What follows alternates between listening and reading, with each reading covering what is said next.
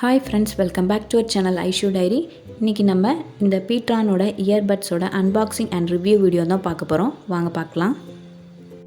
நான் இந்த இயர்பட்ஸ் பார்த்திங்கன்னா அமேசானில் வந்து ஃபெஸ்டிவல் ஆஃபரில் வந்து 500 ருபீஸ்க்கு வாங்கியிருந்தேன். ஆக்சுவலாக இதனோட ஒரிஜினல் ரேட் பார்த்திங்கன்னா 700 இல்லைனா 800 சம்திங் இருக்கும். நான் வந்து பர்பிள் கலர் வந்து வாங்கியிருக்கேன்.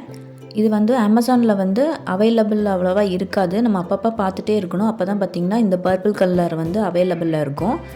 வேறு எல்லா கலரும் ஒயிட் எல்லாமே மிச்சம் எல்லாமே அவைலபிளில் இருக்கும். இந்த பர்பிள் மட்டும் பார்த்திங்கன்னா அப்பப்போ தான் அவைலபிளாக இருக்கும். அப்போ பார்த்து நீங்கள் செக் பண்ணி வாங்கிக்கோங்க. வாங்க அன்பாக்சிங் பண்ணி பார்த்துடலாம்.